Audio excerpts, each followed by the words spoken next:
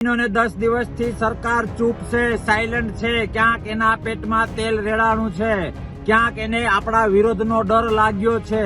જે પણ લોકો ગામડાનું ભલું ઈચ્છે છે, ખેડૂતોનું ભલું ઈચ્છે છે, એ લોકો પણ આમાં મોટી સંખ્યામાં જોડાય એવી હું સૌને અપીલ કરું છું.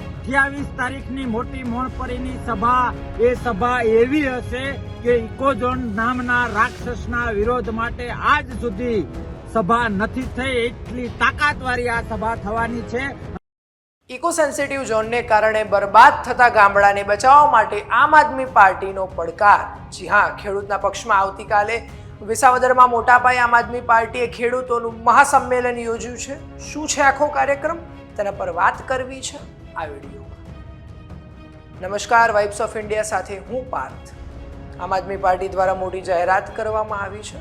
આવતીકાલે બપોરે 1 વાગે વિસાવદરમાં 196 ગામોને ઇકો સેન્સિટિવ ઝોનના રાક્ષસથી બચાવવા માટે ખેડૂતોનું મહાસંમેલન યોજાવાનું છે, જેમાં આપના અગ્રણી નેતાઓ તેમજ વિવિધ ગામડાના અગ્રણી ખેડૂતો પણ જોડાવાના છે. ઇકો સેન્સિટિવ ઝોનનો વધતા જતા વિસ્તારને રોકવા માટે આંદોલન કરવાના છે. આ સમગ્ર આંદોલન વિશે આમ આદમી પાર્ટીના કાર્યકર્તા કરસનદાસ બાપુએ શું કહ્યું, ચાલો સાંભળીએ.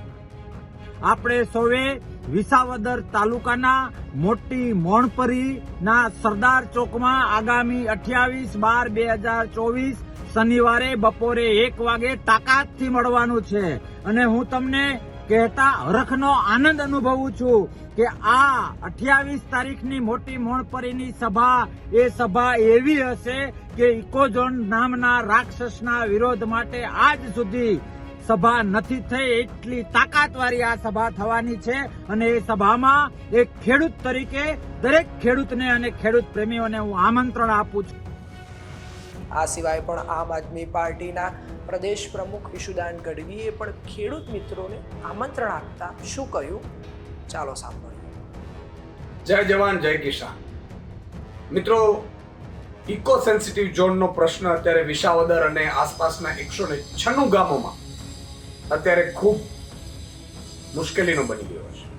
સરકાર સાંભળતી નથી અને 196 ગામથી વધારીને હજુ પણ 359 ગામ સુધી ઇકો સેન્સિટિવ ઝોન લઈ જાય એવી સ્થિતિઓ ઊભી થઈ છે. ત્યારે ગામડું બચાવવું આપણા માટે જરૂરી છે. ત્યારે આવતીકાલે શનિવાર અને બપોરે 1 વાગે મોટી મણપરી ગામ વિસાવદરમાં ખેડૂત મહાસંમેલનનું આયોજન કરવામાં આવી રહ્યું છે. હું પણ એમાં આવી રહ્યો છું.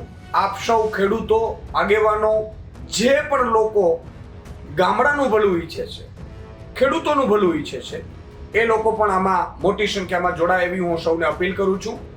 કાલે મળીએ છીએ મોટી મોણપરી ગામ વિસાવદરમાં. જે પ્રમાણે આમ આદમી પાર્ટી ઇકો સેન્સિટિવ ઝોન વિરુદ્ધમાં અવાજ ઉઠાવતા આંદોલન યોજ્યું છે, તેના પર તમારું શું કહેવું છે, અમને કોમેન્ટ કરી જરૂરથી જણાવશો. અને આવી અવનવી અપડેટ્સ માટે જોતા રહો વાઇબ્સ ઓફ ઇન્ડિયા.